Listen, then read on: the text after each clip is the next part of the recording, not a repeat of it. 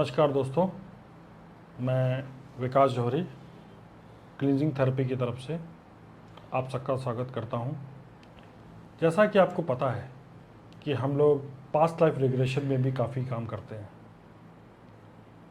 Doctor Piyush Saxena ने एक book भी लिखी है, मिस्ट्रीज ऑफ लाइफ, और हम कैंप्स भी ऑर्गेनाइज करते हैं जिसमें हम PLR थेरेपिस्ट भी तैयार करते हैं, और वो थेरेपिस्ट फ्यूचर आगे जाकर बहुत सारे क्लाइंट्स को PLR थेरेपी देते हैं। तो कुछ ऐसे बहुत सारे सवाल हमारे पास में आते हैं, बहुत सारे कॉमन सवाल, जिसके लिए हमने सोचा कि एक छोटा सा वीडियो बनाया जाए और उन सवालों के जवाब डॉक्टर पीयूष सक्सेना से स्वयं पूछे जाए। नमस्कार डॉक्टर पीयूष सक्सेना। नमस्कार। जैसा कि मैंने कहा कि बहुत सारे सवाल पूछने हैं, तो आप रेडी हैं? क्या बहुत सारे सवाल हैं? हाँ, काफ़ी सारे सवाल हैं। मैं तैयार हूं। पास्ट लाइफ रिग्रेशन, जैसा कि नाम से पता चलता है कि ये एक विशेष संप्रदाय से जुड़ा हो सकता है जो पुनर्जन्म में विश्वास रखता है। तो क्या ऐसा है, या फिर उन लोगों के लिए भी ये इफ़ेक्टिव है जो पुनर्जन्म में विश्वास नहीं रखते? मैं बताता हूं आपको।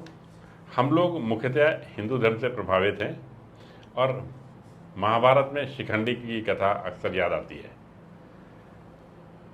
हिंदू धर्म, सिख, जैनिज्म, बुद्धिज्म, पर्याप्त रेफरेंसेस मिलते हैं, इसकी कोई कमी नहीं है।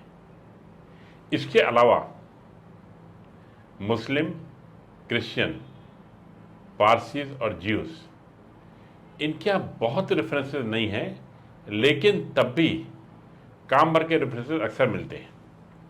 यकीन मानिए, इन 8 विभिन्न संप्रदाय के कई लोगों पे मैंने उनके साथ मिलकर ये पास्ट लाइफ रिग्रेशन किया है और मुझे 100% सक्सेस मिली है। क्योंकि इसमें अगर हम मन में ये डाल लें कि धर्म के लिटरेचर में क्या लिखा हुआ है उसको हटा दें, बाकी साइंस तो सबके ऊपर एक सी चलती है ना। तो मेरे लिए सक्सेस रेट 100% है और धर्म डज नॉट मैटर। बहुत बहुत धन्यवाद। अगला सवाल कि इस थेरेपी में हम सम्मोहन विद्या का इस्तेमाल करते हैं। तो सवाल ये है कि इस दौरान क्या क्लाइंट से किसी भी तरह का अनैतिक कार्य कराया जा सकता है? देखिए, ये धारणा शुरुआत हम जब फिल्मों में ध्यान करते हैं ना, कि फिल्म में ऐसे दिखाया गया था हिप्नोटिज्म, तो फिल्म का हिप्नोटिज्म और हमारे PLR थेरेपी का हिप्नोटिज्म ये बिल्कुल अलग अलग है।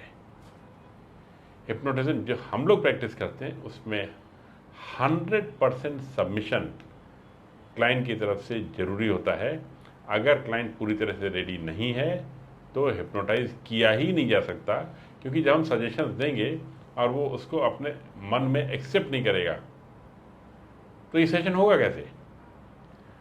तो इसमें दुरुपयोग की कोई भी संभावना बिल्कुल भी नहीं है, इसलिए कि सबकॉन्शियस माइंड जब एक्टिवेटेड होता है उसके साथ साथ हमारा कॉन्शियस माइंड जिसको हम हिप्नोटाइज करते हैं वो भी काम भर का एक्टिवेटेड रहता है। जैसे कि क्लाइंट को पता चलता है कब AC स्विच ऑफ किया गया, कब AC स्विच ऑन किया गया, उस टाइम पे कमरे में कोई आया क्या प्रश्न पूछे जा रहे हैं। और frankly speaking out of syllabus questions पूछना पॉसिबल भी नहीं है। एक तो इससे विश्वास टूटता है, दूसरा क्लाइंट को पता रहता है हर वक्त कि क्या चीज़ उसने थेरेपिस्ट के साथ डिस्कस की हुई है और किस सीमा के अंदर उससे बातचीत की जा सकती है। तो ये शक बेबुनियाद है। किसी भी हालत में उससे कोई भी एक्स्ट्रा इन्फॉर्मेशन नहीं ली जा सकती, कोई अनैतिक कार्य नहीं कराया जा सकता, ये संभव ही नहीं है। निश्चिंत रहें। बिल्कुल। धन्यवाद दादा। अगला सवाल है कि इसमें क्लाइंट जो देखता है, जो महसूस करता है, क्या उसका वो भ्रम है, हेलुसिनेशन है या इमेजिनेशन है? हम कहते हैं कि ये सच्चाई है, इसकी क्या गारंटी है? बात रही भ्रम की, हेलुसिनेशन की, मैं करीब 800 सेशन कर चुका हूँ और 10-11 वर्कशॉप में एक्टिवली इन्वॉल्व रहा हूँ। पहले तो खुद ही कंडक्ट करता था, अब आप लोग करते हैं वर्कशॉप। मुझे हर बार आज भी सेशन शुरू करने के पहले लगता है कि क्या ये भ्रम है या हेलुसिनेशन है, लेकिन जब सेशन ख़त्म होता है तब जो कुछ निकल के आता है और जो रिजल्ट्स निकल के आते हैं वो हर बार पहले से ज़्यादा पुख्ता तौर पे ये कंफर्म करते हैं कि सिर्फ यही साइंस है और इसके अलावा और कुछ साइंस नहीं है। और मैं खुद हार्डकोर फिजिक्स का स्टूडेंट हूँ, हर चीज़ लॉजिक और प्रिंसिपल्स पे बेस रखता हूँ, और जितना मैंने इसके बारे में साइंटिफिक एक्सप्लेनेशन सोचे और समझे, मैं कन्विंस्ड हूँ कि इसमें कुछ भी मनगढ़ंत नहीं है, ये कोई हेलुसिनेशन नहीं है, ये एक परफेक्ट साइंस है। हाँ ठीक है, उस साइंस के बारे में आज हमारे पास पूरी जानकारी ना हो, डज नॉट मैटर। और इस संबंध में पूरे डिटेल्स मैंने अपने लंबे वाले वीडियो में जो लिंक दे रहे हैं आपको, और इसके साथ मेरी अपनी किताब में मैंने इस बात को डिटेल में एक्सप्लेन किया हुआ है, हाउ PLR वर्क्स।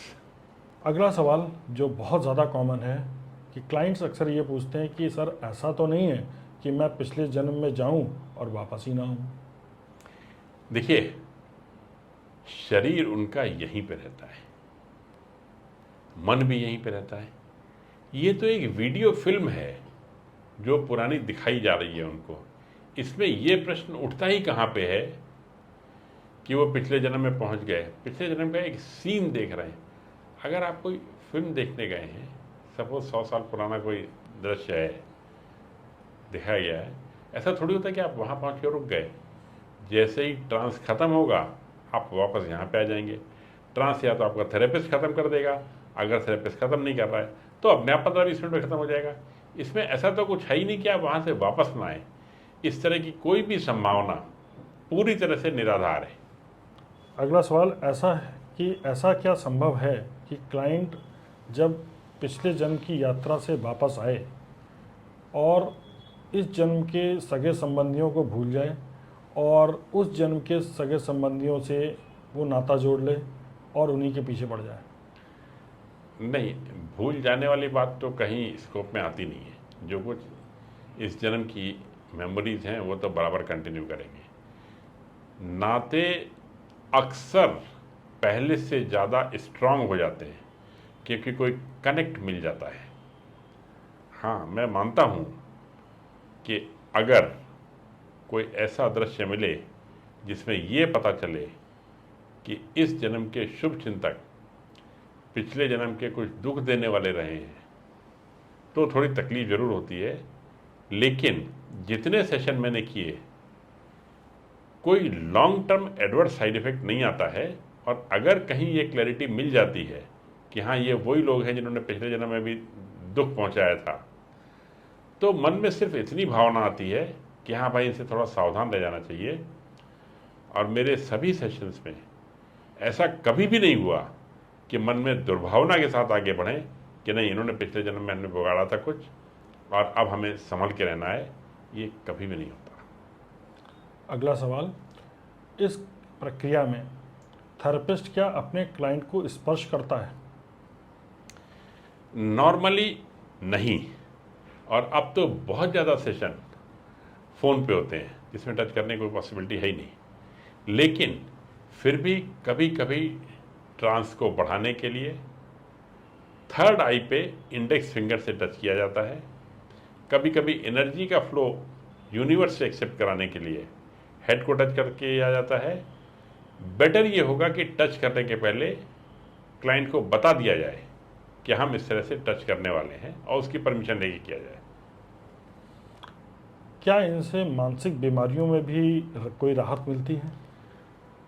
आप राहत की बात कर रहे हैं, मैं तो कहूँगा मानसिक बीमारियों का इलाज होता है इसमें। जिन समस्याओं का कहीं कोई इलाज नहीं है उसका इलाज इसमें इतना चुटकियों बजाते हो जाता है कि हम खुद हैरान रह जाते हैं।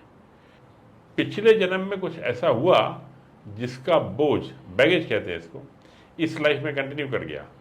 अगर ऐसा है तो निश्चित रूप से इस सेशन से उनको काफ़ी ज़्यादा लाभ मिलेगा। धन्यवाद। एक बहुत कॉमन बीमारी देखने को मिल रही है, मानसिक बीमारी, जिसको डिप्रेशन कहा जाता है।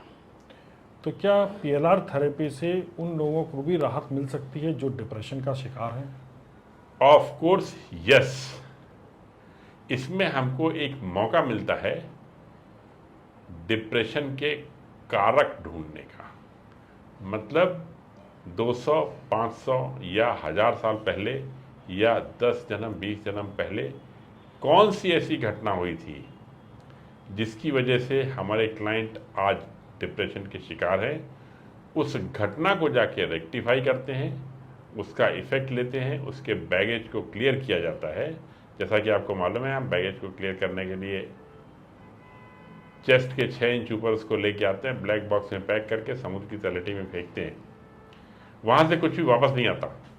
इन तरीकों से पेशेंट को डिप्रेशन में भी राहत मिलती है और अच्छी राहत मिलती है। और मज़े की बात यह है कि मोस्ट ऑफ द टाइम ये चीज़ परमानेंट होती है। एक बार करने के बाद बहुत लंबे समय के लिए मुक्ति होती है।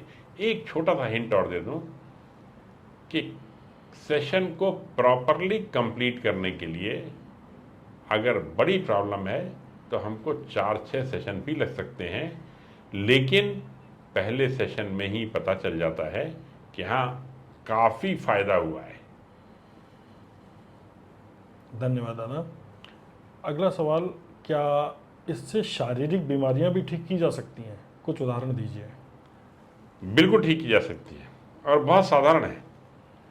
अगर किसी के पेट में दर्द होता है क्रॉनिक 15 साल 20 साल वाला और कहीं कोई इलाज नहीं मिल रहा है, तो मैंने ये पाया है कि पिछले जन्म में उनकी हत्या पेट में चाकू मार के की गई थी और पिछले जन्म में जब हत्या हुई तो जितना कष्ट उनको भोगना लिखा था उस जन्म में इतना समय नहीं था कि उसको भोग पाते और उसके पहले उनकी डेथ हो गई। तो वो जो भाग्य था वो इस दर्द को इस जन्म तक आगे लेके आ गया। हम वापस पीछे लेके जाते हैं उनको दर्द का अनुभव बना कराते हैं और उस अनुभव के साथ ही जब हम उस बैगेज से क्लाइंट को रिलीज करते हैं तो ये पेट का दर्द हमेशा के लिए चला जाता है। एक और उदाहरण देता हूँ, घुटनों का दर्द। एक पर्टिकुलर केस में एक क्लाइंट जेलर थे और वो दूसरों के घुटनों पे डंडे मारा करते थे और उसको असर से जो डंडे मारते थे उन्होंने इनको श्राप दिया और ये दर्द इनके मन में बैठ गया जो इस लाइफ में आ गया। कुछ नहीं, गए वहाँ पे पिछले जन्म में और उनसे माफ़ी मांगी जिनके इन्होंने डंडे मारे थे और माफ़ी मांगने के साथ इनका अपना दर्द चला गया। बहुत सारे केसेस हैं, मतलब कोई गणना नहीं है इसकी। मेरे साथ तो सैकड़ों हुए हैं, सभी के साथ होते हैं और हम लोग हर वर्कशॉप में हर जगह महसूस कर रहे हैं कि हाँ, ये बदलाव देता है और ये परमानेंट होता है। जैसा कि इस थेरेपी में थेरेपिस्ट और क्लाइंट के बीच में ये सेशन किया जाता है, क्या ऐसा संभव है कि थेरेपिस्ट और क्लाइंट के साथ में कोई और भी उस कमरे में मौजूद हो या उस कन्वर्सेशन को सुने या उस कन्वर्सेशन को रिकॉर्ड करे? देखिए, बिल्कुल सीधा सा सिद्धांत है, ये प्रिविलेज्ड कम्युनिकेशन है between A doctor and a patient. Her therapist इस बात से ड्यूटी बाउंड है कि वो क्लाइंट की कोई भी बात कभी भी किसी को नहीं बताएगा और ये ड्यूटी यहाँ तक है कि वो ये भी नहीं बता सकता कि किस क्लाइंट ने सेशन करवाया भी है या नहीं करवाया है। अब सवाल उठता है कि क्या हम इसको किसी के साथ शेयर कर सकते हैं? एक ही शर्त पे कि हमको क्लाइंट की परमिशन हो, और अगर क्लाइंट की परमिशन है तो सेशन में साथ में कोई भी बैठ सकता है, सेशन को रिकॉर्ड कराया जा सकता है, रिकॉर्डिंग उसी हिसाब से आगे भी दी जा सकती है। मेरी अपनी वेबसाइट पे कई सेशन ऐसे हैं जो हमने रिकॉर्ड भी किए, नाम के साथ किए, नहीं रिकॉर्ड किए तो उनकी परमिशन से इनके बारे में लिखा गया और जब तक क्लाइंट की परमिशन है तब तक हम फेयर हैं, क्योंकि कहीं ना कहीं हम ये महसूस भी करते हैं कि आम जनता तक ये बात पहुंचनी चाहिए कि ये इतनी इम्पॉर्टेंट थेरेपी है और पहुंचेगी तभी जब लोग इसके बारे में प्रचार करेंगे। हम थ्योरेटिकल प्रचार कर सकते हैं, लेकिन प्रैक्टिकल जो अनुभव हुए हैं उनके प्रचार करने के लिए हमारे लिए आवश्यक है कि क्लाइंट की ओरल परमिशन हो। रिटन हो तो बेहतर है, ओरल भी मैं तो सब ओरल पे ही कर लेता हूँ कि भरोसे की बात होती है सर। लेकिन अगर क्लाइंट ने ज़रा सा भी इशारा किया कि वो कंफर्टेबल नहीं है, हम उस मैटर को वहीं पे बंद कर देते हैं। बहुत बहुत धन्यवाद दादा। अगला सवाल, क्या ये थेरेपी एक थेरेपिस्ट मल्टीपल क्लाइंट्स यानी कि एक ग्रुप में भी कर सकता है या 1 to 1 ही होती है? ग्रुप सेशन किए जाते हैं, मैं भी करता हूँ, लेकिन इसमें एक बात है, हम अपने सजेशन ग्रुप ऑफ क्लाइंट्स को दे सकते हैं, लेकिन उनके सजेशंस हम रिसीव नहीं कर पाएंगे, क्योंकि अलग अलग लोग अलग अलग जाने की बात करेंगे। तो उसमें जो नॉर्मली मैं प्रैक्टिस फॉलो करता हूँ, हिप्नोटाइज करके इनको कहता हूँ कि ऊपर आकाश में जाइए और वहाँ पे जो मृत आत्माएं हैं या आपके इष्ट देव हैं, कुल देवी हैं, या जिनको आप मानते हैं, उनको आत्मा रूप में जाता आता हुआ महसूस कीजिए और उनसे बात कीजिए, उनका आशीर्वाद लीजिए। मैं इस तरह से ग्रुप सेशन करता हूँ, और जो मैंने देखे भी हैं वो कुछ इसी तरह के होते हैं। क्या इस प्रक्रिया के दौरान क्लाइंट किसी दूसरे ग्रह में भी जा सकता है और उस ग्रह के निवासियों से बात भी कर सकता है? लैंग्वेज का कोई प्रॉब्लम नहीं आता क्या? पहले तो लैंग्वेज वाला जवाब दे दूँ आपको। आपको लगता होगा लैंग्वेज बहुत बड़ी चीज़ है, मुझे तो नहीं लगता। मुझे मालूम है कि आपको तमिल नहीं आती होगी। तमिल तो छोटी सी चीज़ है, 2000 किलोमीटर की बात है। हम इसमें कई बार क्लाइंट्स ऐसे भी मिलते हैं जिनका पिछला जन्म जर्मनी का था, या स्पेन का था, चाइना का था, लेकिन एक बात ध्यान देने की है, आप एक कदम बढ़ाएंगे तभी आपको यूनिवर्स आगे सपोर्ट करेगा। ये सारा का सारा ट्रांसलेशन 0 टाइम में क्लाइंट का सबकॉन्शियस करके देता है और यूनिवर्स इसको सपोर्ट करता है, ओरिजिनल भाषा जो भी रही है। और यही नियम प्लैनेट्स के साथ भी लागू होता है। जब हम दूसरे प्लैनेट पे जाते हैं, वहाँ की जो भी भाषा हो, हमको दुभाषे की ज़रूरत नहीं पड़ती है। हमारा सबकॉन्शियस उसको ट्रांसलेट करके हमारे क्लाइंट के थ्रू हम तक कम्युनिकेट कर देता है। It takes 0 time. कभी कभी ऐसा देखा गया है कि क्लाइंट अपने इष्ट देव से या फिर गुरु से या किसी बड़ी सोल से मिलता है और वहाँ से पे उसको कुछ गिफ्ट्स भी दिए जाते हैं, और क्या वो गिफ्ट्स, वो उपहार इस जन्म में वापस ला सकता है? ये उपहार गिफ्ट्स बहुत बड़े पुरस्कार हैं। ये फिजिकल फॉर्म में नहीं होते हैं, इनको आप छू नहीं सकते, लेकिन मेमोरी में रहते हैं। और कई बार जैसे फूल मिले, जो कुछ भी मिला, जब भी आप संकट में हैं, इनको याद कर लीजिए, आपको सहारा मिलता है। क्योंकि कोई चीज़ अगर आप छू सकते हैं तो उसको देख भी सकते हैं, लेकिन इसकी खाली कल्पना कर सकते हैं, और ये बहुत शक्तिशाली होते हैं। बहुत अच्छा लगता है, और ये बहुत अद्भुत अनुभव होता है जब आप अपने इष्ट देव के दर्शन कर रहे हैं और उन्होंने धीरे से आपको एक फूल दे दिया और वो फूल आपके लिए पुरस्कार हो गया। वो आपको फूल जैसी कोई भी चीज़ दे सकते हैं, किताब दे सकते हैं, ग्रंथ दे सकते हैं, पेन दे सकते हैं, नेकलेस दे सकते हैं। ये डिपेंड करता है कि क्या आपको मिलने वाला है। अद्भुत अनुभव है ये। क्या ऐसा भी संभव है कि क्लाइंट कोई निगेटिव एनर्जी को अपने साथ लेके आ जाए? जी हाँ, बिल्कुल संभव है ये। इसलिए हम सजेस्ट करते हैं कि थेरेपिस्ट पहले अपने आप को क्रिस्टल बॉल में प्रोटेक्ट कर ले। लेकिन एक चीज़ ध्यान रखिएगा, ये बहुत कॉमनली नहीं होता है। ये तब होता है जब क्लाइंट नेगेटिव एनर्जी से पूरी तरह से घिरा हुआ है और थेरेपिस्ट कमज़ोर है। अगर थेरेपिस्ट अपने आप में मजबूत है तो वो एनर्जी इसको टच भी नहीं कर पाएगी। लेकिन अपने आप को क्रिस्टल बॉल में प्रोटेक्ट कर लेना एडवाइजेबल होता है। क्रिस्टल बॉल में प्रोटेक्ट करने के बाद वो एनर्जी इसका कुछ भी नहीं कर सकती। क्या इस विधा से किसी क्लाइंट की वित्तीय समस्याएं भी सुधारी जा सकती हैं या दूर की जा सकती इस हैं? विधा की कोई सीमा नहीं है। डिपेंड ये करता है कि यूनिवर्स कितना सपोर्ट करना चाहता है और क्लाइंट कितना रिसीव करना चाहता है। बाकी हमारी तरफ से कोई भी समस्या नहीं है, किसी भी सीमा तक जाया जा सकता है, कुछ भी लाभ उठाया जा सकता है इसके। क्या इस विधा से हम किसी क्लाइंट के ऊपर जो नेगेटिव एनर्जीज हैं जैसे भूत प्रेत, उनसे भी मुक्ति दिलाई जा सकती है? काला जादू जैसी समस्याएं मैंने भी क्या 5 निपटाई जा केसेस सकती हैं? किए हैं भूतों के, और मैंने ये अनुभव किया कि भूत प्रेत के साथ एक मैंने डिफरेंट अप्रोच रखी, और मेरी अप्रोच बहुत फ्रेंडली टाइप की थी।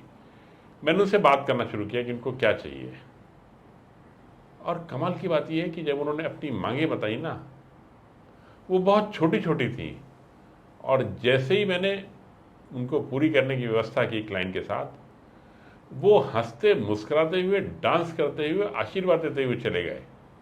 तो मैं तो यही कहूँगा कि भूत प्रेत के मेरे अनुभव बहुत अच्छे होते हैं, और मेरे अनुभव तो अपनी जगह हैं। एक बार आप कोशिश करके तो देखिए, पहला कदम रखिए, फिर देखिए यूनिवर्स आपको कहाँ से कहाँ पहुँचाता है। क्या ये विधा वैज्ञानिक रूप से प्रमाणित है? कहीं आप अंधविश्वास को बढ़ावा तो नहीं दे रहे हैं? ये विधा वैज्ञानिक रूप से प्रमाणित नहीं है, मैं रिपीट कर रहा हूँ, नहीं है। लेकिन इस चीज़ को मैंने अपनी किताब में क्लैरिफाई किया है कि कोई भी घटना जब तक प्रमाणित नहीं हो जाती है, तब तक शक के दायरे में रहती है। लेकिन हमको ये भी जानना होगा कि विज्ञान की सीमाएं कहाँ तक हैं। मैं एक उदाहरण देता हूँ आपको। आज आप बड़े आराम से मेरा ये वीडियो सुन रहे हैं, 50 साल पहले तो पॉसिबल नहीं था ये, 25 पहले धीरे धीरे बढ़ रहा था। Transmission of audio and video signals through WhatsApp आज घर घर की कहानी हो गई है। तो 25 साल पहले आपने ये प्रश्न नहीं किया होगा ना अपने फ्रेंड से कि ऑडियो वीडियो सिग्नल जाएंगे कैसे, फोटो जाएगी कैसे, आवाज़ जाएगी कैसे, रिकॉर्डिंग होगी कैसे। बस तब तक साइंस उसको लेके ऊपर नहीं आ पाई थी। मेरा ये कहना है, पास्ट लाइफ रिग्रेशन में ये सब घटनाएं हो रही हैं, दिन रात हो रही हैं, बार बार सबूत मिल रहे हैं। विज्ञान की प्रामाणिकता आने में अगर समय लगता है, तो हम आपसे निवेदन करेंगे कि उस घटना का वेट मत कीजिए, एक्शन चालू कीजिए, रिजल्ट्स आपको मिलेंगे और आनंद आएगा। ये विधा रेकी, प्राणिक हीलिंग, लामा फेरा इत्यादि विधाओं से कैसे अलग है?